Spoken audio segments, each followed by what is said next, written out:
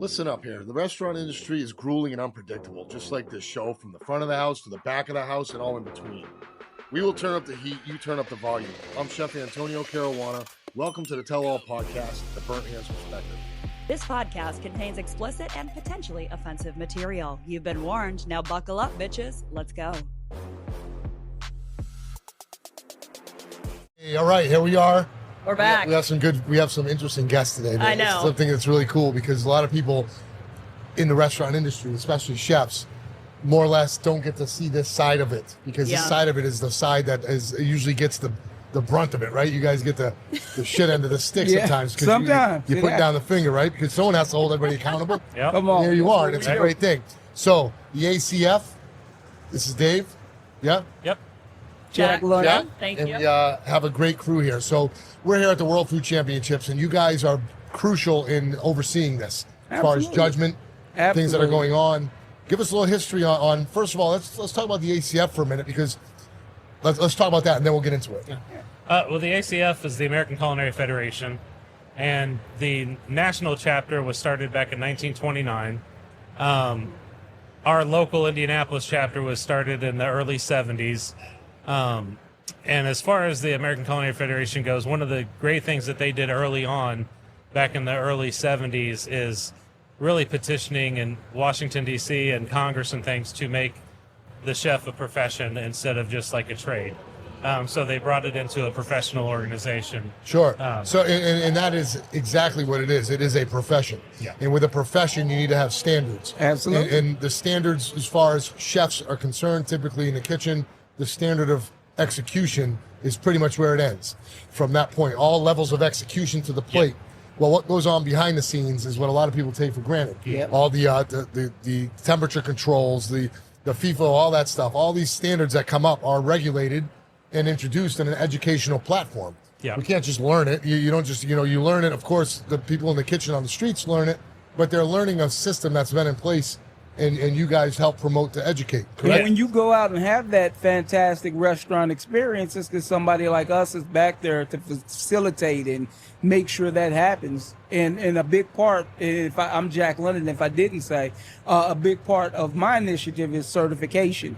So if you think about a chef certification, if somebody's a doctor, somebody's a lawyer, you would hope that they've taken some type of standardized test. They went to some type of school to be able to certify them to do that. And it's the same in the chef world. So I'm the Indy certification chair. So it is my job, anybody that wants any level of certification, to lead them through that process. So there is a certification that starts with there's a written and then there's a practical exam portion. So somebody like me would help you through that process if you want to be CEC, which I am, Certified Executive Chef, all the way up to CMC, which is a Certified Master Chef, all the way down to just a Certified Culinarian, somebody really just getting in and learning. That certification is a ticket, man. Yep, absolutely. That's not only a ticket, but it helps you do things like this. It helps you get involved. And if you're just going to cook and not care about the certificate, you're kind of selling that idea short. Yes. I'm not saying you're selling yourself short because some people may not have the exposure.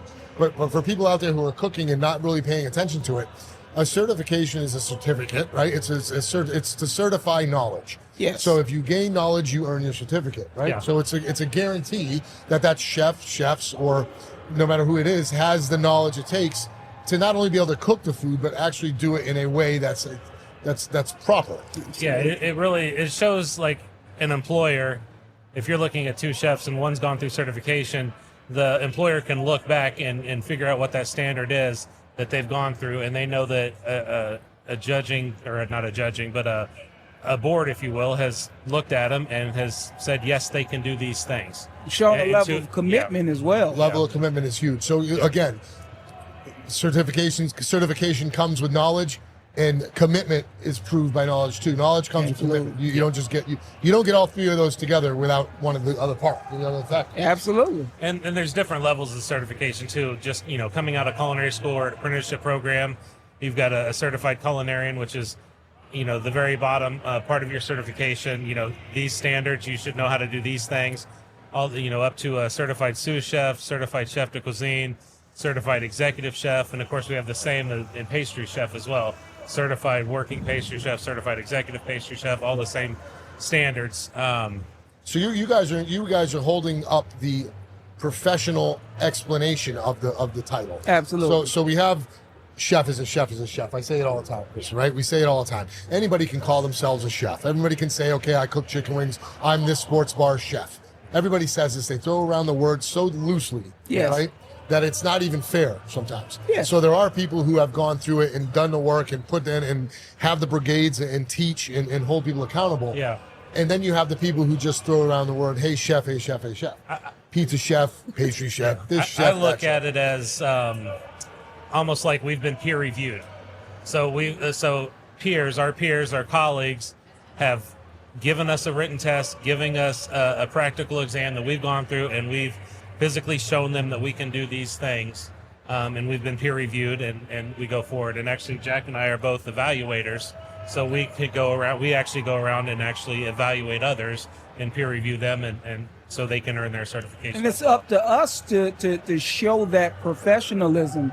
So if there is somebody that is not certified or hasn't went through, it's up to us to show what that standard looks like, regardless, and be an ambassador for the ACF and what it is we do and why it's important. So if somebody's going through their certification process or their practical exam, and they're not living up to the standard, we're not shaming or anything like that. We want to make that a teaching opportunity and say, okay, the standard's up here. This is a better way to do it, and then give them an opportunity to come back. So where do you guys register on the line of what most is commonly in the restaurants across America? The normal basic food handlers, managers, and certificates and handler cards and stuff. Is that something you guys focus on, or do you leave that to other entities? And or how does that play into your? As far as sanitation and things like that, we don't do anything with. Other than our standard of sanitation. But if you're getting your ServSafe, we leave that up to other entities. We don't. And that's part of the package. So once you get certified, you would have to be ServSafe certified because that's one of the certifications. One of the criteria. So do you and ServSafe kind of work hand in hand? Yes, we do. So you guys keep updating each other on the new standards? And Ivy Tech, like Ivy Tech Indy is a big part of our program, and that's where they are doing certification. That's where they are doing the ServSafe certification. So we got boots on the ground here in Indy, in the community, with Ivy Tech in the partnership, and they do a lot with our ACF. Do you know how many people are handling? This is a rhetorical question, but do you know how many people in the industry are handling other people's food and don't have a certificate of even the most basic Absolutely. Yeah. Food handler's card? Yeah. The number one most essential part of wash your hands, they don't even have that card. Yeah. And I find it to be disturbing, especially in a place that doesn't have somebody to oversee. Yeah, absolutely. The professionalism. So it's very important that these words get out because it's for people's safety. Now, there's going to be chefs out there that are listening to this fucking dude. Yeah. No, it's not. It's true. The more responsibilities I have, by the more restaurants I open and the more employees I hire and the more customers that rely on me and the more awards I win and the more things I go after. Yeah. It becomes more important because now we have accountability that we need to be held accountable. So how we hold my people. So I'm going to work my ass off to make sure my standard is high. Yep. What's left for the person at the lowest who comes to work with no passion? Yeah. They lost it 6 months ago. Yeah. You don't know it yet. So these are in places for that, right? The ACF is in place for this. It is. It's important to let people know that there's a lot of space in between somebody that says, I want to be a celebrity chef on the Food Network, and I'm working at a dead-end restaurant hole in the There's wall a lot somewhere. of space, bro. A lot That's called of a space. highway. And there's a lot that you can do within that highway. Sure. And a part of us is letting people know, because when you come to ACF meetings, you're working with education chefs, some restaurant chefs. I'm a chef that's in sales. I sell food for a living. Whether you're an assisted living chef. So you get a chance to meet a lot of different chefs, and now we're having that conversation. Like all of our meetings are education based. So every time you come to an ACF meeting, there is an educational component. So one meeting I may be talking about Speed Scratch with Affinity Group and showing our products and how Speed Scratch can help in your kitchen. Another meeting might be doing urban foraging and talking about, people that forage mushrooms around. So each meeting, there's an educational component, and it does not cost to come to meetings. So what would you, if you were to tell somebody, I asked you this question myself. So if you were to talk to somebody about this, a lot of people get intimidated by the one factor only. No one has time anymore to go to school or get this certifications through programs. If you have 300 hours of schooling, is there something in place? What do you recommend for somebody who didn't go to school, but yet they've been in the industry for 20, 30 years? They are absolutely an executive chef, maybe even more. Yep. You know, the only difference between that and the master is the certifications. Yep. Right? So what do you recommend to that person like me? There's a certain amount of the listed out. So a lot of experience goes into gaining your points, quote unquote, towards education. But there's online courses that we could take. And the ACF kind of lays it out, a 30-hour course on sanitation, which is going to be your serve safe. Are any of these, okay, good to know. Is there any, so a food manager's card, I believe, is 30 hours of work. Is going to take care of that. Another one would be, help me out on another one, but it's going to be some kind of business management, 30 hours. Yeah, that's what I was going to say, business, workforce, and supervision. It also depends on the level. So if we're looking at a CEC, it's going to have these, but the great thing about moving up on those levels is everything kind of carries over. So by the time, if you start right out of culinary school looking for your CC, you're going to get that. And then just not very long later, you know, once you take this next course or you get the experience points, you're going to be able to test for your CFP. So really, in actuality, like you just said, it's important to know this. So you come out of school and you already get something because you have the educational hours there to get you in. Yes. Now, CC. the crucial part now is the experience side is actually harder to get than the friggin' schooling. Yes. So a guy like me who might be complaining a little bit about, oh man, I got to go to 30 hours, this, that, and the other. Well, the other person who's already got those has to go through 10 years of work, Yep. of experience. And It's almost the chicken or the egg. You know, right. which one should you have? But what I would say is for somebody that is getting in the industry and maybe you didn't go to school, there's equivalence. The ACF is going to look. They're going to look at just as far as what you've done in the industry, and if you have any certifications, how many hours, how many people you've managed. All of that goes in. So it's not a situation where if you don't have an associate's degree, you can't get certified. There's equivalence built into it. And there must be, because the industry is way too big Absolutely. to funnel it to just somebody who graduated school. Yeah. The industry, that's a small percentage of the industry. So we say, so like a supervisory, you need 30 hours supervisory. Instead of taking a 30-hour course, you know, maybe you sat through a 2-hour lecture over here and you got 2 hours here and you got 3 hours here. You can put 10 things together that are going to equal that 30 hours that puts that together. I'm just being absolutely. investigating here. So if I'm a chef and I have 30 employees and I'm an award-winning chef, you obviously did that with a team. Doesn't that right there signify that you obviously know how to lead a kitchen or a Absolutely. chef? It does. You know what I mean? And that's factored in. Like they ask you, how many employees have you been responsible for? Sure. And that factors into it as well, because that shows that you already have that leadership and that you can lead a team. And like if you, like, let's say you won a medal, some culinary medal through an ACF sponsored event, that is equivalent too. So all of that factors in. So it's not pigeonholed to one way to get it. It all factors in. If you've written articles for a magazine, or if you've taught, or if you've lectured or talked, you know, all that stuff counts towards. So let's use me as an example. If I won Chef of the Year for 2024 from the Virginia Restaurant and Hospitality Commission. There's some kind of equivalence for it. Equivalent there. Yes. All of that. So these are important things for people to know. So people just look at the like the bug light. They look down the tunnel of school, screw this, I'm gone. So there's a lot more to look at here. So does the ACF, if I were to go on their website or anything like that, and you're talking about what you just educated me on, food manager's card, okay, that's good knowledge. I didn't realize that. A lot of people have that. They don't even know they already part of that. Is there a list of schools or things that equivalent? That we can sign up for? There's the list of everything, the basic requirements for education and work related. It's all listed there. But all ACF has them. Let me make sure it's 1, 2, 3 chef. Right. Yeah. So there's a link from our ACF website to 1, 2, 3 chef, which actually has links to all of like the 30-hour online Okay, courses great. that you can do. That's to get good to know.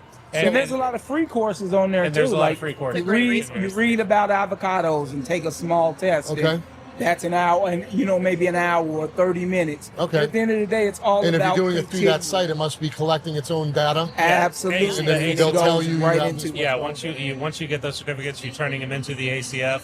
I'll do a shout out to Kiwi, who's the one on the other end of the emails when you turn those things in, and they keep track of everything. And then on the site or on your personal site on the ACF, you can look and see where you are on your continuing education and what you still Sure. need. And This is great knowledge. Yeah, it's Yeah. a great resource. Yeah, a lot of people like you would need it. I'm going to be at my level of chefing in the restaurant. I'm not in the ACF, Yeah. but I'm going to tell you this: I'm as Now me you're- being me.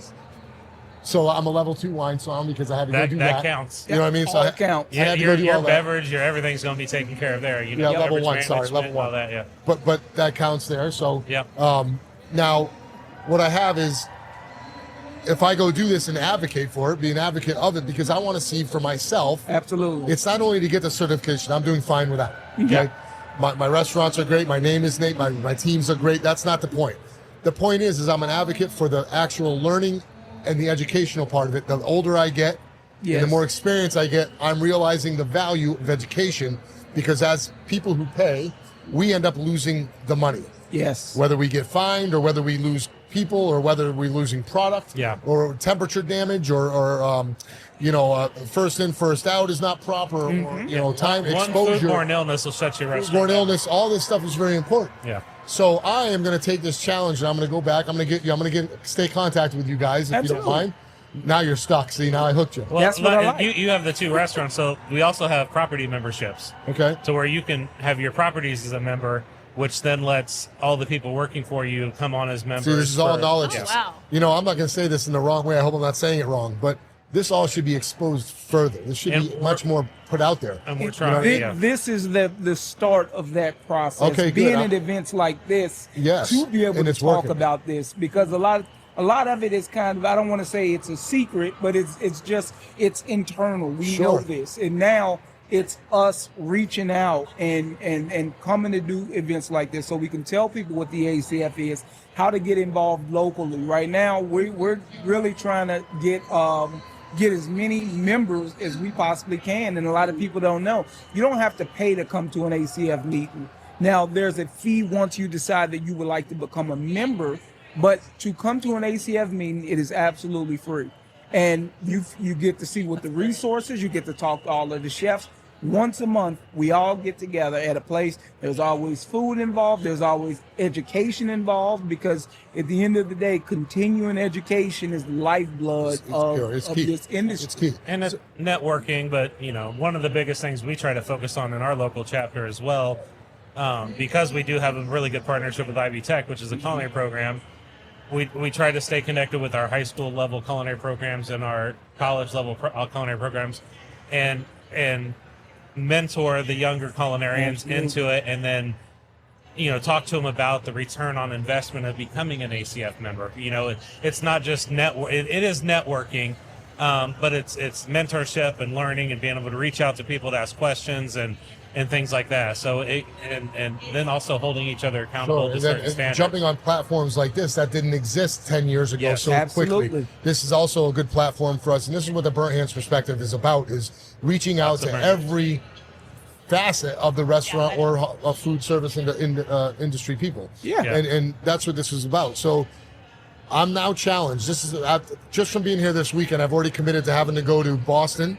I got to go to South Carolina to do a shoot now and learn about some South Carolina stuff. And now I got to get ACF certified. Now, And we're going to St. Thomas and St. Croix for another chef. I This is love it. amazing networking, right? Yes. So I'm going to make this. So if somebody wants to go do it, I live in Tidewater area. I know Hampton Roads, Virginia Beach area.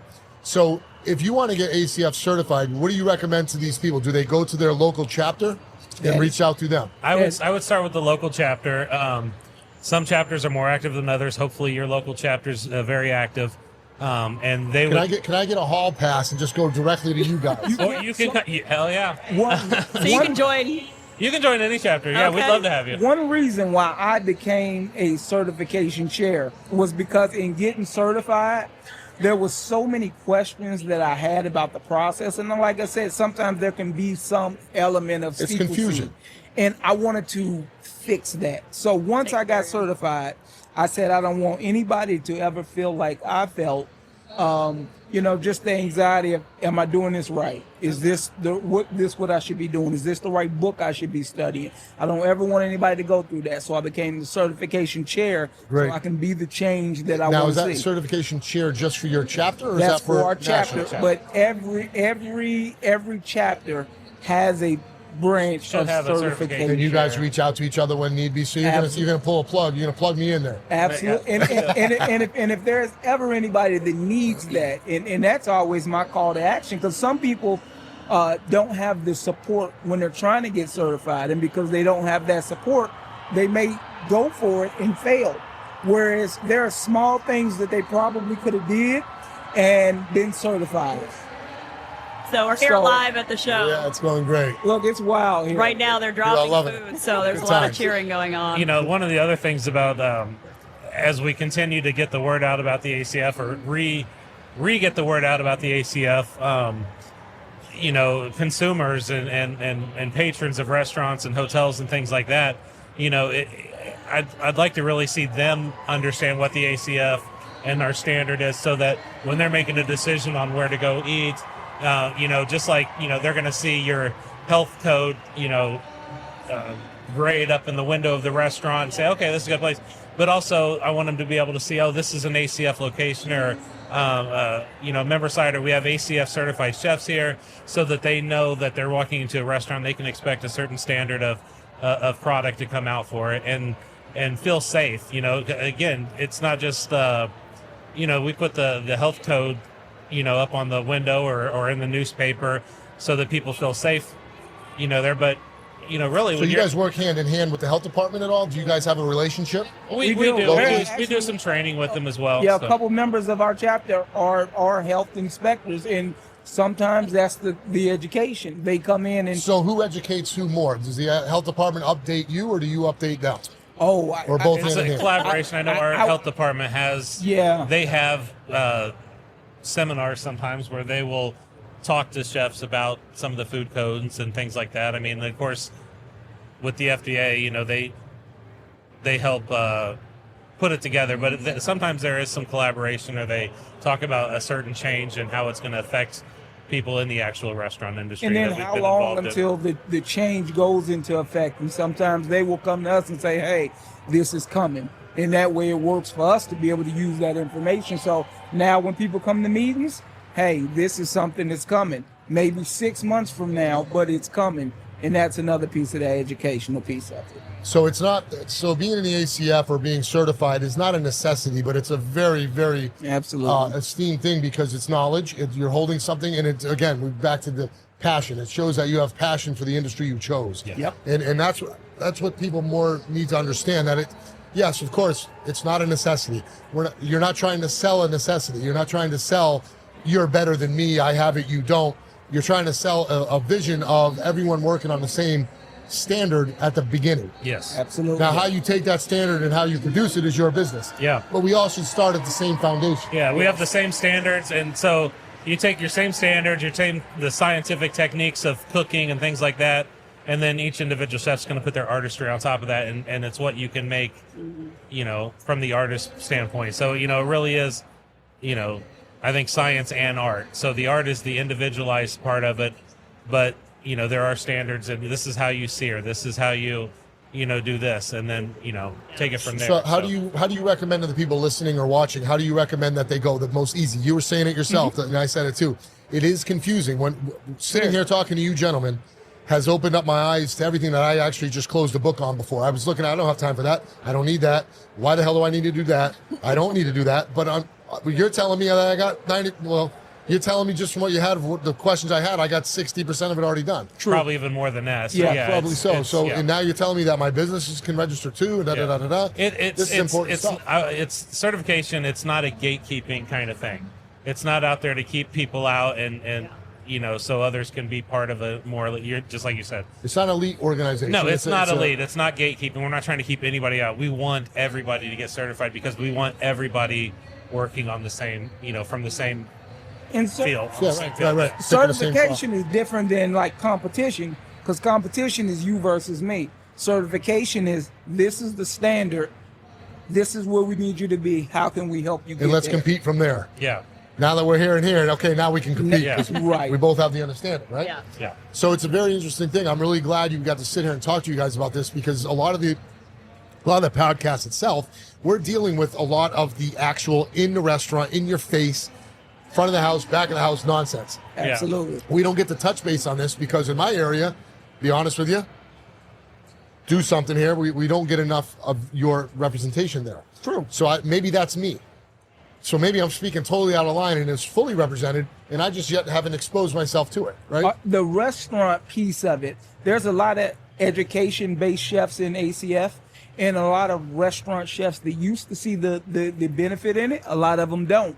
It is up to us to get them to relook at the ACF and see what the ACF looks like in 2024. Looks a lot different than it did 30, 40, 50 years ago. And for restaurant chefs that have lost interest, like they're not going to be able to do anything to help or enrich anything, give us a second look and let us be the ones to show you that things have changed, because it has. So there is things you guys do to get together, though. You have annual events. I'm sure you have Absolutely. national events and things. Are any of these mandatory to be at, or No, they're nothing, just all by nothing's choice? mandatory. No, nothing's So you have, mandatory. just like in any organization, you have the doers and you have the dids. Yeah. Exactly. Yeah. You got You know, even- 5 people to do everything. Even I think he was talking about the membership fee. It's like $200 a year, or $235 or Well, something. everything of an organization needs Yeah. some sort of monetary donation to keep it afloat. Yeah, and so we again we take that money and then we put it towards the each community or each chapter puts it back into their community. We're doing things in our community with those monies. Scholarships. And we Okay, have good. we have additional fundraisers that we do to bring in additional funds, and we do a lot of scholarships for high school students going into culinary students. We work with Skills USA and ProStart, which are high school and secondary culinary programs, competitions and things. And we give scholarships to those, and we help fund their trips to nationals, like the state winners. We give a grant to help them get to the national levels Sure. and That's pay great. for those things. And That was my next question yeah, as and you were we answering. So- want to mentor them, and some of our members actually coach some of those teams. If not directly coaching, they're mentoring them in some way. What about any type of fundraising or food drives or something? Does that qualify anybody to get any more in there, or is that not part of that as far as becoming certified?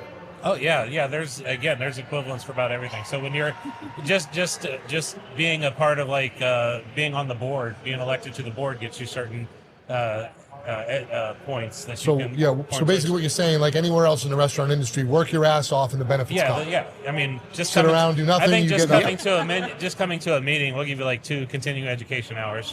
Towards, Sure. So if you hit 12 meetings a year, there's 24 Right. continuing It's good. education hours. And right as there. much as the industry changes, continuing education is so important, because the reality today is not what it was 6 months ago. Sure. So if you don't have somebody constantly tapped in to the health department, to standards, to kitchens, you can get left behind. And I've had situations where I wasn't as tapped in and got left behind, and that's why I knew I needed to be connected to something bigger than myself. Sure. And the ACF is that, especially the So- ACF Indy chapter. So to end this, man, because we can keep on going, I'm very interested in it, right? And I think, what would you say to people out there? I'm going to say this, and then I'll let you end it. I'm going to say that the ACF, again, may not be a necessity, but it's definitely something you should look into if you're in the restaurant industry, if you're working around people, if your hands are touching people's food, if you're responsible for the outcome of someone other than their pleasure part of it. It's not all about the pleasure. Absolutely. It's not all about the beautiful, the plate and the palette and everything's so perfect. It's not about the stars and the golds and all the ratings. It takes the safety of it first too. Because a small percentage are winning awards. The other ones are just serving food. Yep. And it needs to be done right. So ACF, what do you guys say as far as getting out there? I would say reach out to your local chapter, and if you don't have a local chapter, reach out to the national chapter. ACFchefs.org is the national And you can find all the local chapters listed on the ACF ACFchefs.org website. You can find local chapters. It'll have all their contact information. So reach out to your local chapter. Instagrams and and just start talking to those chefs and seeing how you can get involved and seeing how you can become a part of it. Awesome. And if we get you to come to one ACF meeting, anybody that is on the fence, come to one meeting, and by the end of it, I think you'll see the value. And like I said, it does not cost a dime to come to the meeting, but you open your world up to just a lot of support and love from a local chapter that is here to see you succeed. Because once the tide rises all boats, and that's what we're here to do. And I know we're ending, but I look at it like you're going to meet chefs from. We're all chefs. Some of them aren't even chefs. We just got food enthusiasts sometimes that come. But you're going to find chefs from all different levels of their career, all different sectors of the culinary industry, and we're learning from each other. You're going to learn something from the restaurant chefs over here, the hotel chefs over here, the guy running the hospital over here. There's so many different facets from it, and you're going to learn from it and bring something. You can always get something from somebody else. Well, this has been a pleasure talking to you guys, and it's just, again, another thing a Burnt Hand's Perspective wants to bring to the table. Everything has a way. Every part of the restaurant industry is here. Absolutely. And we like to talk about it all. So, thank you very much. Well, thanks for having me. Keep doing what you're doing, and ciao for now. All right. Thanks.